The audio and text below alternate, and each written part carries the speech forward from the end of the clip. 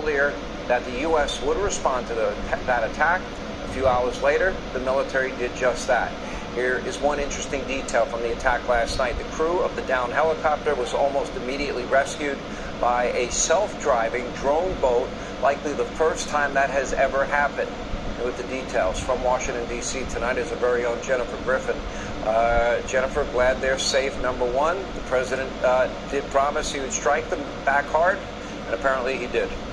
That's right, Sean. CENTCOM has just announced that the airstrikes targeting Iran have ended for now. 20 targets in total were struck. The strikes began at 5 p.m. Eastern. The initial targets included air defense systems and radars.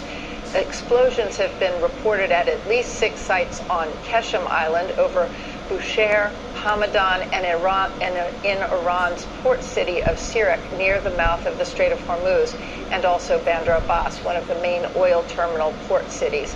CENTCOM called the strikes defensive and proportional. Iran's deputy foreign minister claimed that Iran had not fired any drones in the past 24 hours, but a senior U.S. official tells Fox it was an Iranian Shahed drone that shot down the U.S.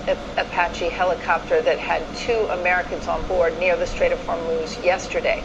U.S. officials are not certain the Iranians meant to target the American helicopter, but say it doesn't matter because they saw Iran launch multiple drones at that time over the strait, targeting vessels in the international corridor.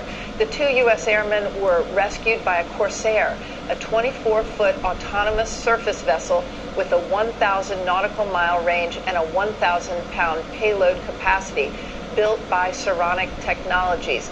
This is the first time the U.S. military or any military has used a sea drone to find and rescue stranded airmen at sea. Task Force 59 is the Navy's first operational AI and drone task force. It was established by Admiral Brad Cooper in 2021 when he was head of the 5th Fleet. The downed crew climbed aboard the sea drone after spending 2 hours in the water. Hours earlier, an American F-18 Super Hornet fired missiles into the engineering and steering compartments of an unladen oil tanker in the Gulf of Oman to stop it from heading to an Iranian port. 24 stranded Indian crew members had to be airlifted to safety by Omani naval helicopters. Sean, Iran's foreign minister just issued a new statement vowing no attack will remain unanswered. Quote, leave our region if you want to be safe. History of the Persian Gulf, he said, has many chapters on dire fates of intruding outsiders. Sean.